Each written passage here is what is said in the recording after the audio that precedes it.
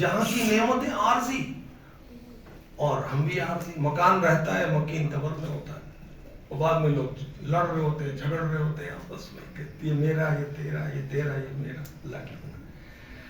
تو دنیا کی زندگی کو ایک مثال کے ذریعے رب کائنات نے بیان کیا کہ آسمان سے اترنے والے پانی کی وجہ سے زمین کی پیداوار گھنی ہوئی اور رنگ برنگے پھول، بیلیں اور خوش ذائقہ پھل اور طرح طرح کے اجناس آئیں. تو کھیتوں کا مالک یہ دیکھتا ہے، خوش ہوتا ہے اور اب بڑے بڑے منصوبے باندھتا ہے کہ اب یہ کروں گا، تو یہ کروں گا، وہ کروں گا. اور اس کی توجہ نہیں ہے، اچانک طوفان آتا ہے، برف پڑتی ہے یا آگ لگ جاتی ہے، اس کا کھیت ختم ہو جاتا ہے. اسی طرح کہ شادی ہونی ہے، شادی ہو گئی تو بچے ہونے، بچے ہو گئے تو ان کی شادی ہونی ہے. ابھی میں نے وہ فلاں، ابھی تو میرا فلاں سوسائٹی میں مکان ہے نا، اس سوسائٹی میں لوں گا. ذرا اسٹینڈرڈ والی سوسائٹی ہے نا، ذرا تھوڑا طور بنے گا. ذرا یہ گاڑی نہیں، دوسری گاڑی لینی. پتہ نہیں کیا کیا منصوبے باندھتے ہیں. اچانک ہارٹ اٹیک ہوا، چل رہی قبر. اچانک عمارت گری اور اگلے دن خبر لگی ہوئی کہ وہ تو فوت ہو گئے. اتنے سارے فوت ہو گئے. اچانک حادثہ ہوا اور چلے گئے. تو دنیاوی زندگی میں ایسے ہم منہمک ہو کر رہ گئے کہ ہم آخرت کو بھول ہی گئے. اللہ کی پناہ، اللہ کی پناہ. اللہ اکبر. تو یہ دنیاوی زندگی جو ہے یہ امیدوں کا سبز باغ ہے.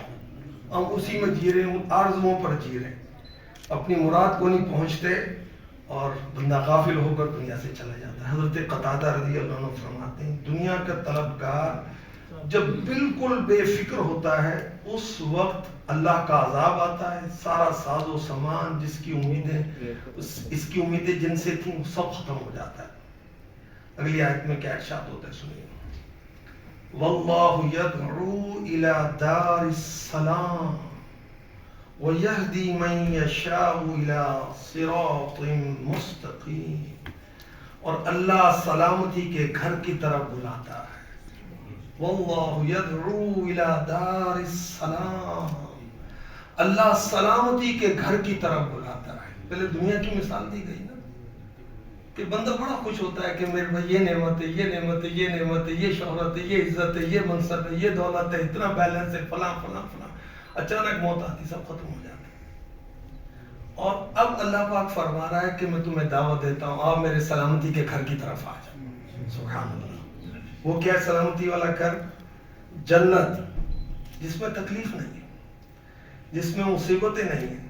اللہ اکبر. یہ اللہ کی رحمت ہے کہ اللہ اپنے بندوں کو خالق ہو کر، مالک ہو کر، خالق کائنات ہو کر اپنے بندوں کو جنت کی دعوت دے رہا ہے. اللہ اکبر. اور ایک